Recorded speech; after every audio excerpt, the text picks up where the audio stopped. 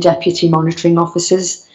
The commitment and enthusiasm for the highest standards and behaviours in the council and the commitment to the well-being of the City of Liverpool was evident from all of the candidates who put themselves forward, and I'd like to put the council's thanks for their engagement in the process formally on record. The formal appointment of an independent chair needs to be made by full council.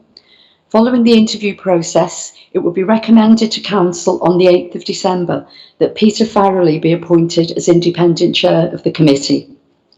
Peter is of course known to you as one of the independent persons who has ably supported the council in its complaints handling system for some time now. Peter's here this evening, and ahead of the formal council appointment of an independent chair, can I ask if committee will agree to appoint Peter to chair this evening's meeting? Is that agreed? Thank you.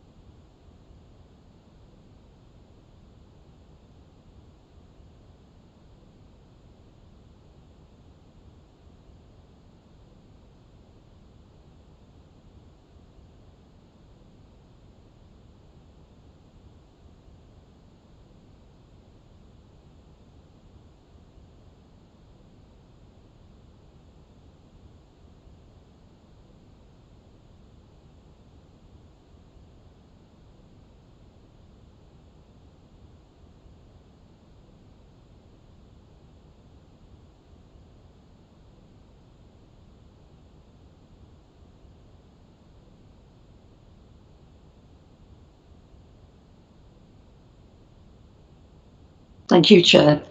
As indicated at the last meeting, the Local Government Association were about to issue guidance as to how authorities should run their processes for handling complaints which arise from alleged breaches of the Code of Conduct. That guidance has now been issued and officers have had an opportunity to take an initial review. We'll bring a report to the next meeting of this committee, but we thought you may appreciate a short verbal update on the main points of the guidance ahead of that detailed report, so that you can be aware of the direction of travel and the issues that the LGA have highlighted in the guidance. It highlights a number of issues: publication of a complaint system by the authority, the submission of complaints and accessibility to that system that logs and monitors them, the responsibility for the initial assessment of complaints, assessment criteria, the potential for informal resolution of complaints, referrals for investigation, how those investigations then run, and the publication or otherwise of reports and decisions which come out of the process. Just some bullet points on a couple of those issues. The publication of the system. The guidance states that there should be information on the website about what constitutes a complaint, how that complaint will be assessed, how it can be submitted, and the process that will then be followed. Looking at the guidance as published, it's the view of myself and the deputy monitoring officers that LCC is largely compliant with that guidance, but we are going to take a look at it in terms of its user friendliness, because it's one thing to kind of meet the requirements, but how easy is it for people to engage with the process? And we'll bring those findings and any recommendations back here for your consideration. But on the basis that we will be bringing a detailed report, if you don't have any observations readily to hand tonight, it'd be really useful if you could give some thought and perhaps try and navigate the process yourself from the website and see what you think about how easy it is to deal with or otherwise, and also how easy it is to understand in terms of what you can expect from the process as it goes forward. The guidance also talks about accessibility to the complaint system, not just in terms of accessing what we have on the website in that confined area, which we as officers and members know links straight into this system, but also, are we capturing issues that may be complaints around breaches of codes of conduct, but those people putting the complaint in haven't necessarily couched it in that frame. So, for example, we may have members of the public who go to different departments at the council and say, I've got an issue with something that hasn't been done, or I've got an issue with something that happened at a meeting. They may not put that through the channel for the formal complaints process, but actually we, certainly the monitoring officer and members of this committee, because of the role that we've said we would have in the monitoring and reporting of complaints, need to ensure that they are captured in that process. So we've got a full picture of what behaviours and conduct look like across the piece. So one of the things that we'll be looking at in readiness for the report coming back here is the awareness of officers when they're in receipt of complaints, to have that extra thought in their mind about whether it's something that should also be logged through that official complaint system. I think a lot of officers in very good faith think they will deal with that as an isolated issue. But if that happens, then we're not necessarily getting the overview, Chair, that we need in this committee about how behaviours and conduct is playing out across the organisation. So that's a piece of work we'll be doing ahead of the next session. The guidance talks about where the responsibility lies for the initial assessment of a complaint. And the guidance makes the point that it's common in most authorities for that to sit with the monitoring officer, who looks at it in conjunction with the independent persons who are nominated by full council. And for those of you who've been dealing with standards for sufficient length of time, you'll recall that that dates back to the Localism Act, when the Localism Act in 2011 said that any complaints handling procedure was required to have an element of independence from the organisation, and that led to a requirement for full council to appoint independent persons. And as I referred to when we were talking about Peter's recommendation as independent chair to this committee, that's a role that Peter and his colleague Pat Brand have been carrying out very ably for Liverpool for a number of years now. The next thing that the guidance looks at is the assessment criteria that will be used to look at the complaint that's come in. I think this guidance makes a very useful two-stage distinction, and it talks about the can we and then should we. And the can we assessment part of the criteria is largely around, do we have the jurisdiction to deal with it? And that largely goes to, is it a serving councillor? And is it a complaint that arises out of activity of the councillor when carrying out council business or commenting on something that is intrinsically linked to council business? So it's that distinction between council activity and private activity. So that's the first stage of, is this territory that we have the jurisdiction to step into, in effect. The second element of the assessment is the should we, and this is further criteria against which individual councils will assess. And the guidance makes a very interesting point that this can take into account local issues, local priorities, and that the independent person and the monitoring officer who should have that local knowledge can take that into account. Some of the instances that they give in the guidance are actually some examples which we've already considered in our criteria, and we set out by way of example. And there are things like, Is it a complaint which has previously been made, but somebody wants to bring it back again, and yet there's no further material evidence that changes the situation from when it was first considered? Is it maliciously motivated, which may be known because of other circumstances in which the issue is being heard, so that you know this isn't the complaint in isolation? Or the phrase that we use already and is actually repeated in this guidance, is it political tit for tat? And what the guidance is talking about here is having a balance between the seriousness of a complaint, but the context in which it's being made, and balancing that against the public interest in investigating this particular complaint, and also the public money which could be spent in having to investigate it, and officer and member time. So I think when we come back to that and we have the fuller report, I think that may be something that when you look at the list in the guidance, and we'll make sure that you have this guidance in full, all 71 pages of it. That's why we're giving you a bit of a walk through now, because we thought it may be helpful. I think that's an area where, certainly as monitoring officer, and I think the independent chair following the formal appointment, will actually be interested in members' views on that. It then goes on to talk about informal resolution, and this kind of links in to some of the assessment criteria. Something may not pass a threshold for a formal investigation, or even if it does, there may be a view that, is there a way of actually heading that off? Because if it's clear from the nature of the complaint that there's a different way of dealing with this, then should we be looking at a separate resolution?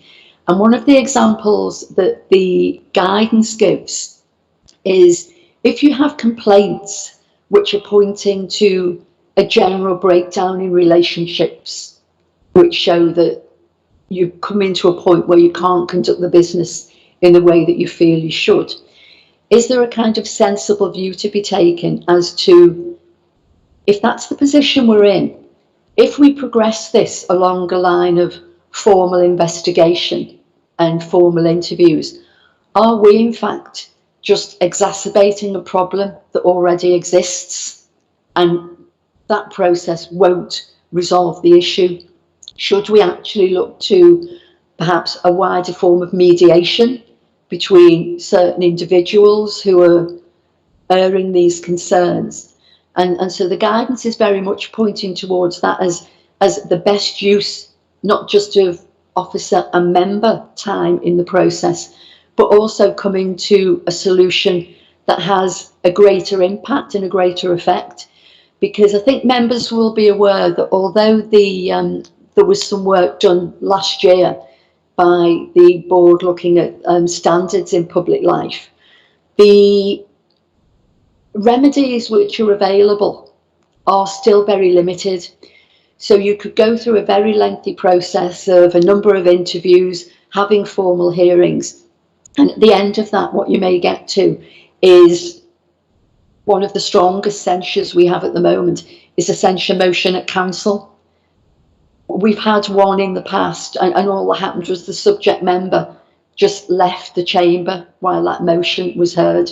So in effect, the actual impact on behaviours and issues that we want to address is minimal. So I think the informal resolution is something that it really is worth looking at. It doesn't mean that it's not being taken seriously, quite the opposite. It's looking at what will actually have the biggest impact on addressing the issue that's being raised via the complaint. So again, that's something that when you get the guidance, you may find an interesting section to read to inform the debate when we have the fuller report at the next meeting. The report, as I said, runs to some 71 pages. 50 of those then go to, if you do get to the point of formal investigation, how does that run? Taking into account things like potential conflicts of interest, confidentiality, where people have where complainants particularly have requested anonymity, how would we deal with that? It looks at timescales between completing the investigation and the full hearing, if it's thought that a full hearing is necessary. So what it's proposed to do there is that officers will look at the current processes that we have in place, overlay that with the guidance, and kind of tick off where we're in full compliance. But where there are discrepancies, let's have a debate at this committee about whether we think what we're currently doing is what we want to retain locally, or whether there is any element of improvement that can be gained from taking on board some of the points in the guidance. But as I say, they're very, very procedural, and I actually think members may find the forefront of the guidance the most interesting part around assessments and alternative resolutions, and that's where there is room for, the guidance says this at the outset, local considerations and issues that may be particular or peculiar or high profile at a certain time to individual organisations. As I said, Chair, that was just a brief outline of the detailed guidance that we've received, but hopefully it's given some pointers to members of the committee to what to look out for when you get the full report ahead of the next meeting. But also I think it will be useful, rather than awaiting the circulation of the next agenda, having had those pointers, if we circulate the guidance, if members think that would be useful, particularly given the length of it, and also if on that preliminary reading there's anything you'd like to raise with myself or the deputy monitoring officers ahead of the meeting. I think that might be really good use of time to get some informed debate. I'm happy to take any questions now, Chair, or even more, I'd welcome any comments or initial thoughts which members would like officers to take on board in preparing that report for the next meeting of this committee. Thank you, Jeanette, for that walk through the document. That would be great. So, would members present like to make any observations about anything? Yes, Councillor Gibbons. Sorry, I think having represented members as a teacher, as president of Knowsley NUT, I think one of the areas that can sometimes be prejudicial to mental health is the length of time some of these things take. And I think we should look to try and ensure as rapid a process, you know, because I'm a new member of this chamber, and already I know that the wheels of local government move quite slowly. And I think I'd be keen to see, particularly if it's a malicious complaint, you know, that there are protections in terms of the length of the process. Simon?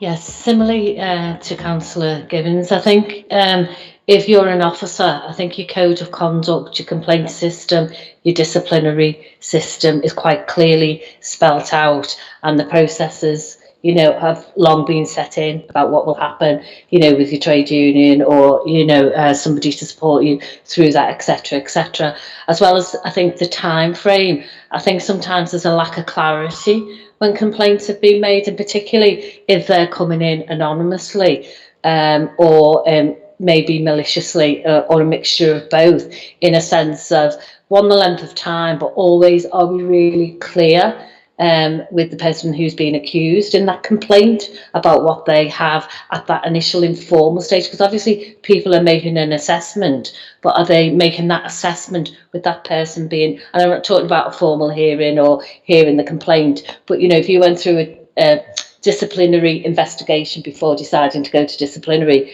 you do an initial you know, discussion with that person, you know, saying, you know, we've had this complaint, what's your, you know, you need to think about it, etc. Sometimes people are aware there are complaints and they're not really clear where they've come from. You know, is it somebody within the council? Is it outside of council? Is it another stakeholder, a member of the public, another councillor? You know, and I think that, coupled with a whole host of things, some of that informality, you know, sort of could be tightened up in a sense of a better process, and more may be able to be dealt with informally if people had that. So it'd be interesting to know what it says about that, and also how people get support, both through the process, but also if it is impacting on the mental health, etc. Thank you. It's certainly the case that. Chair, can I just respond to Yes. Councillor Simon? Actually asked it'd be interesting to see what the guidance says about that. There is actually some really interesting comment in the guidance, Councillor Simon, which backs up the point that you've just made, particularly around the length of time that can lapse before people bring a complaint and the fairness or otherwise of that, and how that should be taken into account on an initial assessment. And also the point that you made about anonymity. When you see the guidance, you'll see that there's a really useful section in there that makes a distinction between anonymity and confidentiality, and that there's a very, very high threshold before it should be agreed that anybody's complaint can be taken into account if it's anonymous. It's completely different if people are looking for confidentiality, because that may be mutual to the member as well. That there'll be a number of circumstances within which I'm sure we can all appreciate that an element of confidentiality may be appropriate, but the distinction between that and people wishing to retain anonymity is actually stressed in the guidance, that should be an incredibly high threshold before that's allowed. Sorry, Chair. Yeah, I was just going to say your point about the length of time that the process takes is well made. And I think it's also true to say that we don't take into account anonymous complaints. The point about confidentiality is valid, but we don't take anonymous complaints. Any other comments or observations or questions for officers? Are there any areas that members would like officers to focus on in reviewing this guidance? Yes, Councillor Lake. I just wanted to ask, as it stands at the moment, is there such a thing as the average length of time a complaint takes? And are we aware of any very long-standing, long-running complaints? And if we can look at that, is there going to be an aim in the future to shorten those times, and is there going to be a standard where we say we must deal with this complaint within this time frame, and the longest that time frame is ever going to be is X? Thank you, Councillor. I think in the report that we brought to a previous meeting of this committee, it was acknowledged that timescales recently had slipped beyond what we would have hoped to meet. That crossed the period where the council was dealing with the COVID crisis. It will be intended that the information that comes back to this committee on a regular basis will not just give reports of how many complaints have been dealt with in the period between committee meetings, but the statistic that you look for about length of time that complaints have been in the system, I think is a valid one for reporting. So yes, that will be taken on board. Thank you. Anything else? So again, are there any areas that we think officers should focus on when reviewing this guidance? Okay.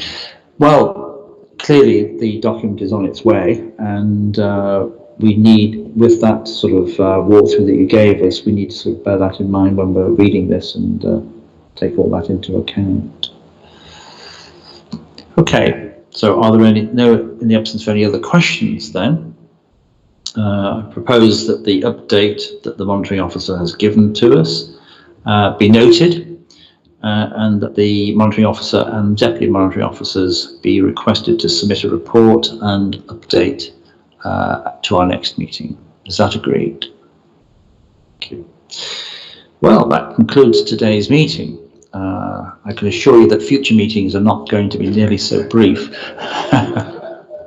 So thank you everyone for attending and for all your contributions. It remains only for me to wish you a very happy festive season, and see you all at our next meeting, which is Thursday, the 27th of January 2000.